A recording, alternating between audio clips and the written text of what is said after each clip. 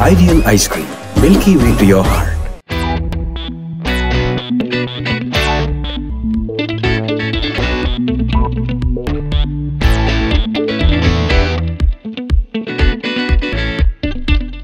Good evening, viewers, and welcome to the show Amazing People Season 2, Episode 9.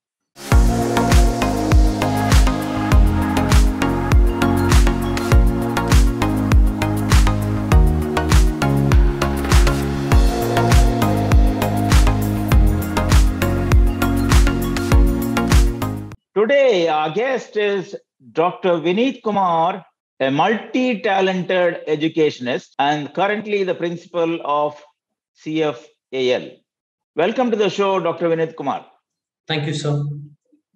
Let me introduce Dr. Vineeth Kumar to our viewers. Dr. Vineeth Kumar, a PhD in applied zoology on diversity and acoustic studies of some Anurans in and around Mangaluru, west coast of India, from Department of Applied Zoology, Mangalore University. Past Assistant Professor, Department of Zoology, St. Aloysius College, Autonomous, Mangalore.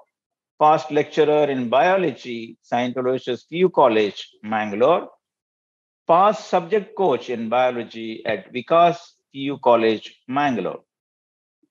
Currently, Principal of CFAL, authorized Birds of the Campus, Birds and Butterflies of the Campus, and authored CD on Insects of the Campus, St. Aloysius College. In 2019, he has discovered new species of frogs, and he has won several awards, which I cannot name them because there are so many. He is a member of Mangalore Photography Group, India Nature Watch, eBird.org, coordinator, organizer of Whistle Frog Watch or Bisley Frog Watch 2015-2022. As jury member, judged several photography and art events in various schools and colleges across Dakshina Kannada for the last 6 years. He has also been invited to various talks, guest speaker, conducted workshops, webinars for topics such as vocalization in amphibians, explore wildlife welfare, birds and bird watching, global warming and its impact on amphibians, radio talk, Anuran behavior and acoustics webinar, and so on. Again, to say currently, Dr. Vineeth Kumar K works as principal and professor in biology, the Learning Center, TLC, PU College, Center for Advanced Learning, CFAL. Dr. Vineeth, welcome to the show and thank you for coming to the show, Amazing People. Thank you very much, sir, for the opportunity. Thank you. And let's begin our show. My first question to you, you have done PhD in applied zoology on diversity and acoustic studies of some Anurans in and around Mangaluru, west coast of India. Could you please explain this? Yeah. So I was fascinated about all the biodiversity what we have around us from maybe from my degree or college days. But since then, I was more interested in birds. But when I met a person by name Dr. K.V. Gururaja, who is well known as a person who knows the best about frogs in Karnataka. So Anurans is nothing but frogs and toads, maybe creepy creatures, what you think about, right? But they have quite fascinating behavioral aspects. So I wanted to see how Anuran populations, that means frogs and toad populations, are changing with the urbanization what we have around us. So my study focused mainly on the theme urbanization and around it. So I took Mangalore and surroundings as the study area for my work. And I was looking at what's happening to the frog populations as we move from city towards the periphery or the rural areas. So in my study, it was really fascinating or interesting or surprising to see that yes, urbanization does have an impact on the species. If you see in the cities, I got only about 9 species of frogs. But if you go to the outskirts and see the rural areas of Mangalore and outskirts, we have about 21 species. So which clearly indicates that this is only about the number game. But what I want to tell you is even the population size in terms of how many frogs in a given area, that also is changing as we move from city center towards the rural areas. So what I made was I made locations pointed at different distances from the center of the city. Then I was able to see, okay, even the population density of frogs is increasing. So in the city center, it is least. But as you come from rural areas towards the city center, the number of individuals of in a particular region or particular area of my study is decreasing, because you know that in urban areas the frog populations have reduced. This is one aspect of my work, and other aspect was to see whether urban noises, you know that urban areas are having vast plethora of sounds which may be interfering with the sounds of animals which use sort of sounds for their communication. For example, humans have different forms of communication, visual, maybe sounds. But in case of amphibians, that is frogs and toads, which are anurans, we see that their communication is mainly is acoustic, means vocalization based. They have to talk to one another. Then only they understand, okay, this is my friend, or this is my partner, this is my rival.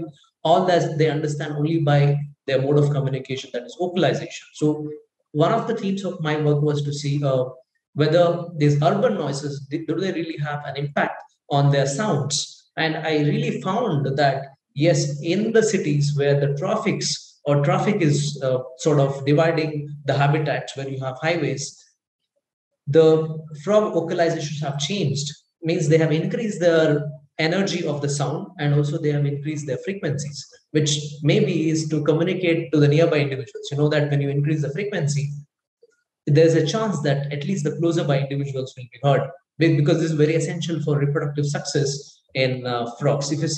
If you're not able to call in a proper tone or with proper sound, then you won't be chosen by the female. That's what basically is happening in frogs. So this would entirely affect their reproductive behavior and whole evolution also in long run, if you see. Okay, so that was one of my other works. And also in the course of that, I discovered one species of frog from Mangalore, which I named it as Mangalore narrow-mouthed frog. And for studying that, I had to compare it with a couple of more frogs from sort of South India. Yeah. Okay. Just my curiosity, in the urban areas, why the species of frogs are less? Is it because of the urbanization, or is it because of the sounds and other things that you mentioned? Yeah, one effect is quite straightforward or proportional. I can say that habitat loss will have a degradation in the population size of any species. For example, if you want to sort of conserve any species, first conserve the habitat. What's happening in urban areas is, you know, that Bangalore is known for real estate and things like that. So most of the cities left out habitats which were naturally existing, like maybe paddy fields or open wetlands. All that is being lost. You see that they're getting dumped with soil, and they're building apartments in those places. So what I feel is basically habitat loss is a major reason when you compare a tier 2 city like Mangalore. But it may be in the large scale, if you see, it may also be due to localizations, which we don't have enough studies to prove in Indian aspect that, okay, yes, it is vocalization of sounds or traffic noises which have played a vital role in sort of removal of some species from the urban areas here. Okay. So it is something which is really, really interesting for the environmentalists to know that our species are really in danger because of this concretization and what they call development in the city. Yeah, mainly because water bodies are not there. Because you know that these amphibians, especially, they need water for breeding. If you don't have enough water, and also if you see, the rains are also not very sort of continuous. If there's rain for 2 days, then it dries up. All the eggs are gone. Like they just laid the eggs and it dries up. Such reasons are also there. Sort of non-periodicity in rain cycles also may play a role. Majorly, it's habitat loss, and also pollution may also play a role, which we still do not know. Right, right. Let's go to this next question. Tell us about your books on birds of the campus, birds and butterflies of the campus, and CD on insects of the campus and discovery of new species of frogs. You already told one. Yes. Yeah. So when I was, as I told you, I was influenced into bird watching through my peer when I was in my few days and college days. When I was in Aloysius, St. Aloysius College, where I studied between 2007 to 10, one of my professors was Dr. Hemachandra. Through his mentorship or through his direction, we started a club called Wildlife Club. I think still it is running as a nature club or eco club in Aloysius. So then I was influenced by my friends who were already into sort of wildlife and nature watch. One of my very good friends by name Ashrita and Dilan, who is a brother and father right now in Italy. So they influenced me initially. Then I took it as a sort of hobby where I used to go and look around my places. I used to spend most of my vacations and holidays looking at different species of birds, identifying the sounds or how the features of the bird is, all that, which also made me sort of engage in different talks and things like that. Eventually, I also ended up collaborating with Dr. Smita Hegde from University, Nitte University Center for Science Education and Research, which is called Nuxar right now in Panir campus. They have a huge campus actually. So they have multiple campuses also. She asked me why don't we collaborate? So because Smita Hegde was also in Aloysius College even before that. So then I was like, okay, we'll do it because I already had exposure to birds and the identification. So along with my friend Jagdish Paitankar and Dr. Jinsi, so we were able to collate the data on what are the species formed. We did multiple sort of observations or transects within the campus. And finally, we were able to come up with a beautiful book, which has data like basic data about the bird, along with its with a QR code, through which you can also hear the sound of the bird. Like imagine you're in the field and if you hear the sound, maybe you're able to identify that particular species. Also the size reference, what it eats, and where it is found. All that details are in there. It's called The Birds of the Nitte campus, which has 93 species. Most of the photographs are photographed by me and some of my friends, photographers I borrowed. So it came out through Nitte Publishing, Nitte campus. And other than this is one of the bird books, which is a major one. But other than that, when I was in Aloysius,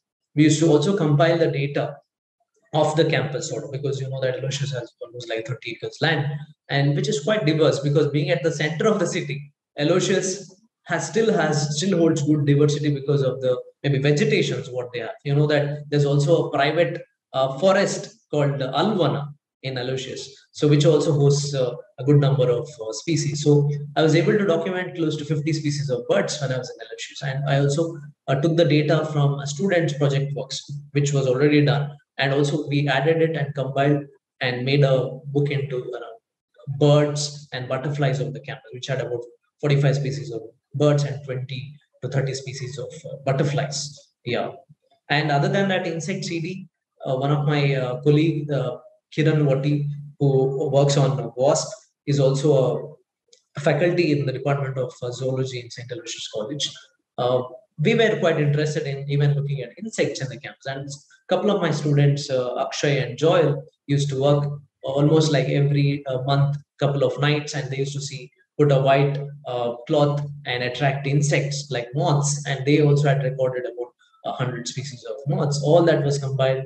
And I'm into photography, basically. I would photograph them and compile and make it into a CD, which is also part of Aloysius symposiums and things like that. Okay, very good to know. At the premium gateway to Mangaluru, one of the premier cities of Karnataka possessing all types of domestic and international connectivity, is a full-fledged commercial complex, the Premier Corner, Nandur, now available to make your dream venture a reality. Each floor is spread across 4,200 square feet to provide a class ambience to your clientele. Adhering to all safety norms, the Premier Corner is all set to be a game changer for any business, thanks to its easy connectivity. Located right beside NH66, Premier Corner has been built in view of futuristic needs with ample space for vehicle parking in 2 basements. The G plus 3 story building is the right place to start premier ventures like corporate office, vehicle showroom, IT firms, exclusive retail shops, brand outlets, and to add on, a terrace cafe. Come, invest and own this premier space at Premier Corner. Contact +9181 971 43675 or +91 7676 218101 for a premier business deal. What about the discovery of new species of frogs? One of them from Mangalore, you said already, but you had found another place also, right? Yeah, so the other place was from Thiruvananthapuram, which was a collaborative work because I had already discovered a species. I had some data about frogs. In research, what happens is there are collaborations. So other species I'm not the first author in that, which is called Darrell's narrow-mouthed frog. But I can talk about the Mangalore species a little more. That would be more interesting, I think. So if you see the species, what we discovered from Mangalore in 2018, I stumbled upon this species when I was doing my fieldwork with my collaborator, Dr. Radhakrishna right now. He's not a doctor. He's in Delhi University right now. He's PhD, who was very keen to even learn about frogs because that working on frogs is a little bit tricky because you need to be always out in the night and people will be wondering who are these people coming with all this suit, looking like maybe terrorists most of the time. So we had a very tough time. We used to go on, maybe I had a motorbike at that time. We used to go on bikes and recce the sites to see whether I can do my studies here. So I used to sort of ride and see whether that place is after. So as we were going towards one of our field sites, I just heard a very different sound of an animal. I know that it's not a mammal, it's not a bird. I was very sure it's not even an insect. Then I was wondering what it could be. It could be a frog. Then we did the field work maybe up to 9:30. Then we came back to that site, which was supposed to be a private area, which is like NMPT has their own railway track, which runs through the Baikampadi area. So on the left of it, there's a small patch of wetland, it's not conserved area. It's just left out like that for parking of vehicles and things like that. So we just went there and investigated the area. And for our surprise, this was a species which was calling like an insect. It would just call very different, very feeble. We were just thinking it's maybe an insect, but for our luck, it turned out to be a frog. And I called my mentors, my boss, this is what we got, and what can we do about that? Dr. Arvind Madhyastha from Ashoka Trust in Research in Ecology and Environment from Bangalore, and also Dr. Rajshekhar Patil, who was my PhD supervisor. Go ahead with that. I mean, you can do all the analysis. Then we had to collect some individuals and do that tissue sampling to check whether they have, for the weavers, DNA is something which is a part of the genetic information. If there's any change in DNA, then if it is more than 3%, then we can call it as a new species. So we found out that this particular species had more than 3% difference from all its closest relatives. This was one thing which made this as a very unique and new species. But interestingly, when we did the genetic tree or phylogenetic tree of this species, we found that all its neighbors or all its cousin species were found in Southeast Asia. Then we were like, okay, what is this? How can this happen? Then we hypothesized that probably in sort of 1950s or 80s, they used to bring timber from Malaysia and Singapore, maybe, or I don't know, from parts of Southeast Asia. Along with that, maybe the eggs or maybe the young individuals must have come and established a small population here. This hypothesis can still hold good because I have recceed almost entire of Mangalore and still have not found even a single site where this species or population of this species is found, except that particular area where I mentioned. Yeah. Yes, very interesting. You are right, because in those days, 70s and 80s, there are huge logs of timber that used to get imported from Malaysia and other places. I remember the hinterland was used for the New Mangalore port for huge dump yards across both on the highway. I remember. Yes, maybe that is the reason. Your hypothesis is, I think, mostly it is correct, I feel. Yeah. Good, wonderful, and let's move on with the show. Now, from the research to the education, what is CFAL, and how did you get the thought of joining CFAL, leaving a very good institution like St. Aloysius? Yeah. So St. Aloysius College was wonderful, no doubt. Students were great. But I used to coach PU students. Okay. So from 2015 itself, I used to engage in coaching CFL students. I found a great potential in this place because the students had a different mindset at CFL. I mean, maybe I sometimes even felt like they used to ask me questions which would challenge me, which I was not challenged in my other maybe degree college. Even I teach masters, I've never challenged like that in what I've got in CFL. So this became thing like, if it is, they say like, if it is not challenging you, it doesn't change, sort of. So I wanted this challenge. So that's the main reason I came here, because I wanted my academic growth, and students here are really fabulous. And I felt this is a place of real academic growth. That's the only reason why I ended up here. And I was coaching mainly in biology and NEET. Yeah, then I was given. Absolutely, you are absolutely, spot on. Unless there is a challenge, I will not grow. That's the funda about growth, because the challenge means, okay, I need to know, study, do more research, and engage myself. Wonderful, spot on. Now, what is the change in the society after the CFL is introduced? Is there any change between the behavior of students, or knowledge gain? How can you? Yeah. So as I told you, CFL started by Severin Rosario in 2004 as a small unit in Udupi, where they used to coach sort of students of maybe Manipal University and Manipal Institute.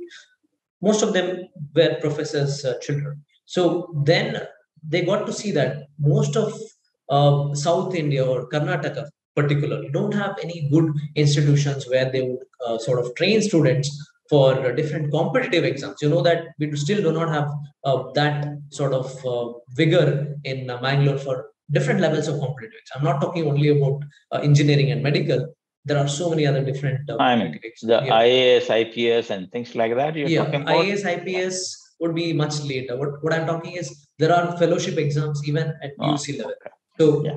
So that brought a large group of students to her, which ended in creating a new campus in Bangalore. So in 2009, they moved to Bangalore. In 2015, they started this new building called at Kodiyal. Sorry, this is in a place called Kottara. Okay, so this place was built in 2015, but 2018 we started a PU college. But until then, we used to have only students coming from other colleges like maybe Lutz or Aloysius or Canberra. But now we have our own students, so we can engage them for the fullest amount of time what is possible. Because what used to happen is they used to come only for a couple of hours in the evening earlier as coaching student. But now we have the complete the entire day of them here, almost 8 to 9 hours, which makes it easier to train them. So what is the change? Since you asked me what is the change, what we can see in the students or maybe parents, because what happens is our school or our college is a science training center. Mainly students are prepared for science. Maybe it's a research or engineering or medical or maybe any other careers possible in science. So the parents' perspective of science as a field has changed a lot because CFL has introduced innovative methods of learning and coaching. And also there is a high vigor from parents to send their students not only for PUC, from 7th standard itself. They're sending their kids here because we have something called foundation course, which is a great hit sort of in Bangalore, because the training for any competitive exam should begin from high school itself. It's not from UC. So you see that students coming from this foundation course are doing tremendously good. One of the students to mention who was a part of our CFL foundation course was able to get 5th rank in India in a recent exam called Kishore Vaigyanik Protsahan Yojana, which gives fellowship until you finish your PhD also, even beyond that. So he's eligible to get that, and he can straight away get into the top premier research institution in India like IISc, which is like a great achievement by student here. Okay. So Okay. Great. parents have got an idea about Yes. these fellowships and things like that. And also students have a better understanding of it's not just rote learning. There is more of independency and individual learning, and Right. where we give them a kickstart, but they go with that. Yeah. Yeah. Basically, learn by yourselves. That's what exactly what because learning by self is something knowledge gaining. Instead of teaching, you try to learn by yourself. Correct. That's more. I think in the current day scenario, I think, and because of pandemic, people started learning from home. So all these big guys have come in where they are teaching online, and the child is learning by herself or himself. Yeah, I think that's the change in the society that you're talking about between the students and the parents. Wonderful. Now you already answered a part of this question. My next question, where you have these mindset of the students, they keep questioning you, and so this question is that what is the mindset of the students who get enrolled with the CFAL? Yeah, the students at CFL are totally different, I can say. In terms, they are so inquisitive that even if maybe IIT professor comes here, at once he may feel like stumbled because these students are really going to have, created a real havoc, sort of. Okay, because they ask such fundamental questions which even a PhD candidate may not be able to answer most of the times, because their questions are real, deep, and because they have read most of the things. The students who come here are like, you don't need to teach them what is in the book. Basically, you need to go beyond that. So I hope you understand what I really mean. Yes, so, yes. Yeah.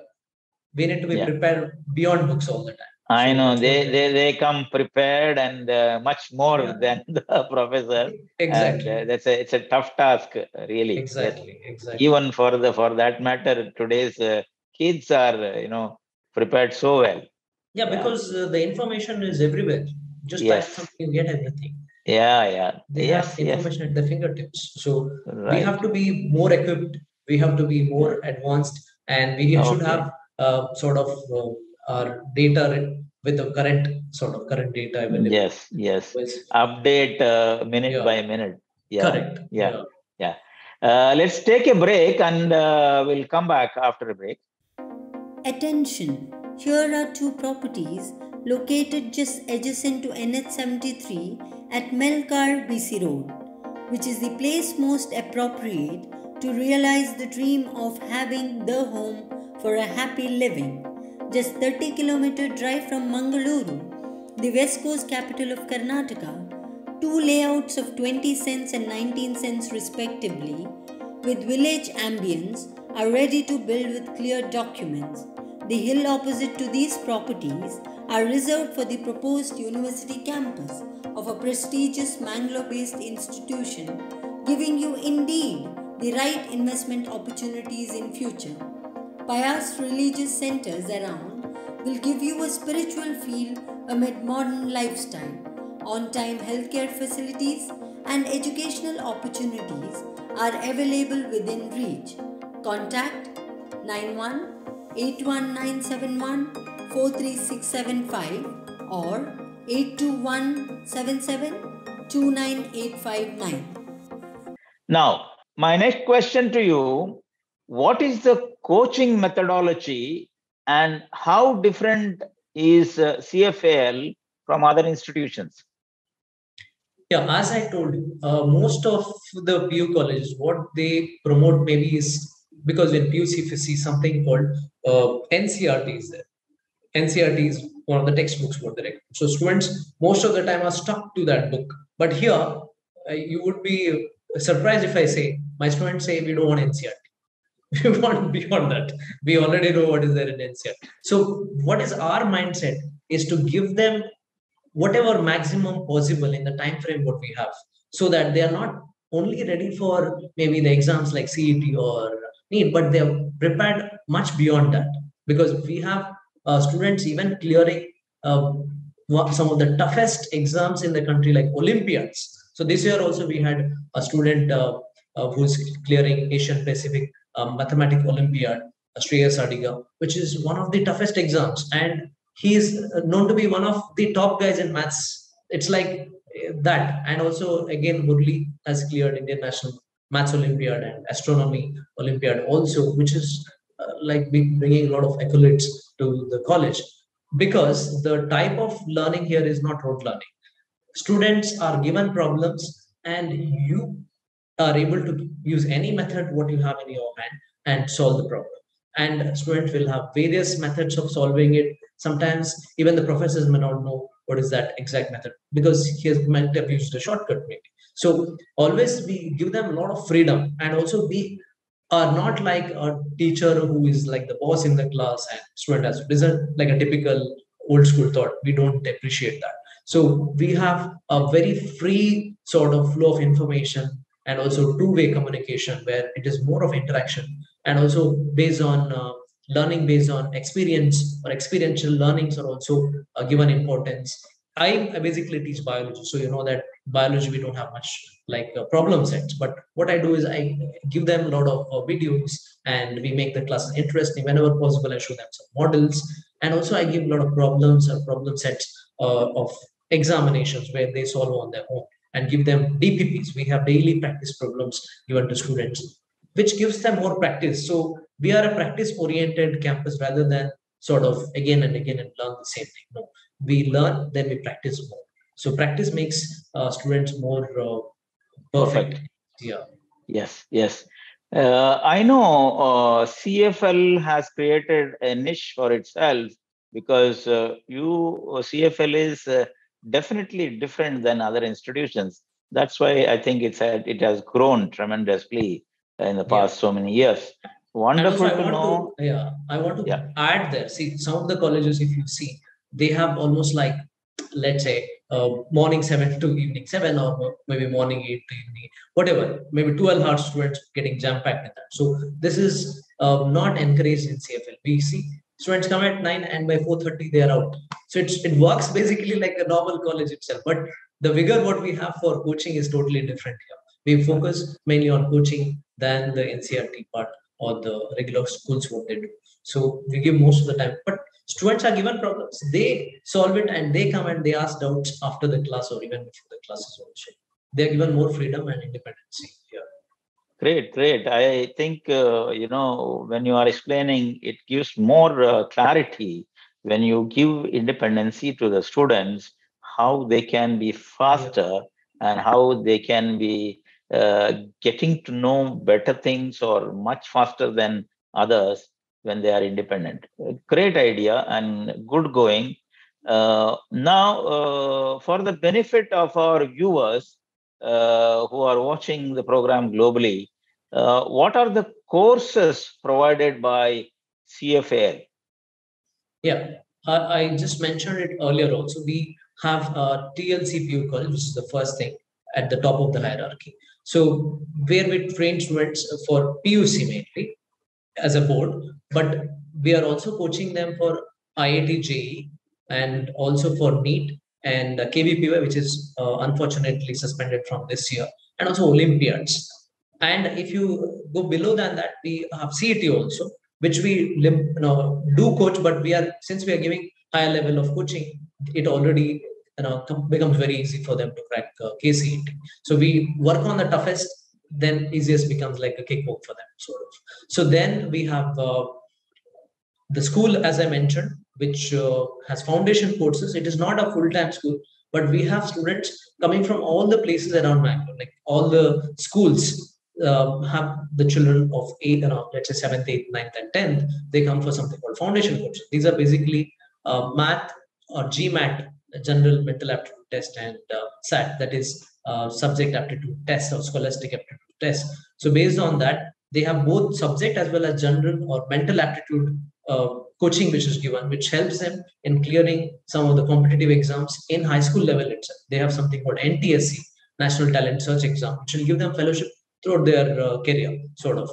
So most of the students crack that NTSE also. We have almost, I think, 150 plus students have cracked NTSC so far from this foundation course, which is quite a large number compared to all the other peers what we have in Mangalore. Yeah. And also, if you go below that, we also have in CFAL, we have a school called Early Learning Center, in which pre-KG up to 7th standard students are there. Yeah. These are the courses what is given, but we have in-house students also. We have students coming from outside also for coaching here. Okay, okay. Now, CFL, is it in Mangalore only, or do you have any branches in Karnataka or outside Karnataka? Unfortunately, no. CFAL works only in Mangalore, and it is in a place called Kottara, as I mentioned earlier. So we have only one campus, okay, as of now. I mean, why I asked, because, you know, the viewers would like to know whether it is there in other places. Yeah. Or we have to only go to Mangalore. Yeah, the advantage here is they can still join for our evening online batches. We have online batches working between 5:30 to 7:30. If they still want, the best professors are given even there for the online mode. So they can even join that. Yeah. From anywhere. And what I wanted to mention, one more thing about our curriculum was, we are not only sort of catering to students of maybe well-to-do families. Like it is also seen that our director Vijay Morris is quite keen in bringing in social reforms, where he also want to introduce our same material, same vigor, same professors who are introduced even to the not so well-to-do families in Mangalore. So we have started something called Pragati, in which we have already selected more than 20 students, where we are giving them free coaching, completely free. They're coming to campus in the evenings from different schools at colleges, basically PU colleges. They're taking the coaching. And also there's something called Prerana, which we are going to different sort of hostels, government hostels, and giving them mentorship, because in government colleges they have no idea what's happening outside. So at least one person, if they become maybe an IAS officer or something like that, will change the entire student family, right? So that way, our director has a goal to give something back to the society also. Yes, very good to know that some social responsibility is also there for CFAL, not only for the what you call high income group families, but also for the marginalized and lower income group people or students or parents, to help them out. This is very noble cause. Please continue that, and good luck and best wishes to your promoters and you also taking part in this such a noble social reforms or social responsibility. Now let's take another break, and I'll come back to you. Are you planning to settle in the capital of West Coast of Karnataka? If so, here is a ready-to-build property adjacent to Mangaluru city amidst lush green, which indeed is the right place to have a happy home. Just 20 minutes at a distance of 10 kilometers from the heart of the city, located at Neer Marga, is one of the most prominent developing area of Mangaluru city limits. A peace and serene place, surely be loved by your dear ones. Surrounded by natural trees and valleys, the 13 cents plot of solid terrain is the destination for construction of your everlasting dream home. Various educational institutions, hospitals, malls, historical and religious places at close vicinity will be additional booster for your comfortable and holistic lifestyle.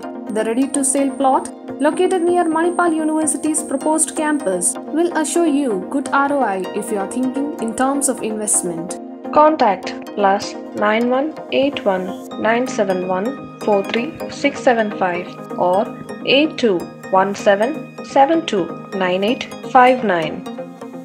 Now, what are the different fields as a student can opt if he has coaching from CFAL?